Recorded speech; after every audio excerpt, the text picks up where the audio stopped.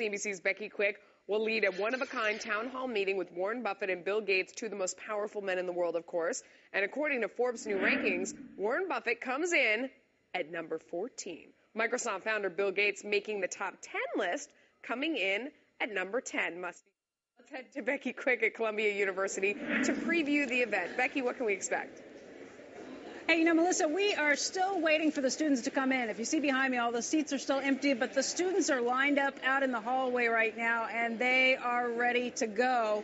They're all going to be coming in just a few minutes, and they're not the only ones who are here right now. Also, Bill Gates and Warren Buffett, they're here as well, getting ready for everything to go on. We caught up with them just a short time ago, and we're able to talk to them about a lot of different events, things that are happening right now in the news. Bill Gates, I don't know if you'd heard, but he had made some news, some wires last night. He made some comments at the 92nd Street Y where he was talking about executive compensation.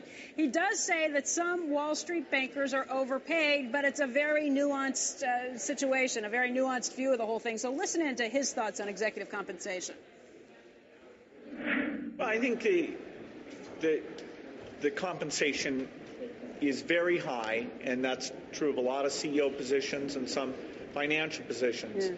But it's a very difficult thing to come in and regulate without potentially making things worse.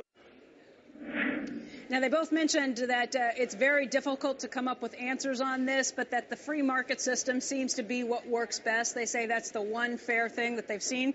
They also talked a little bit about health care. And while they both say something needs to be done about the health care problem, not only in terms of the number of people who are uninsured, but also the escalating costs of health care, they say that right now America is missing a great opportunity. That's what Warren Buffett said today, that America is missing a great opportunity with this debate because it hasn't really addressed the delivery systems or better ways to make sure that doctors' pay lines up with healthier outcomes. They say there are other systems around the world that should be focused on it. Of course, you can't start talking about health care without talking about ballooning deficits as well. And they both agree, well, actually, I shouldn't say they both agree because this was Warren who was making these comments. He said that the federal deficits are a huge problem and will be a problem that creep up down the road. But if you remember just last week when he made his bet on Burlington Northern, he says that this is a huge bet on America. And here's why he says that's a very safe bet. I have no doubt about the future of America. I'll let Bill in on this, but I mean, no.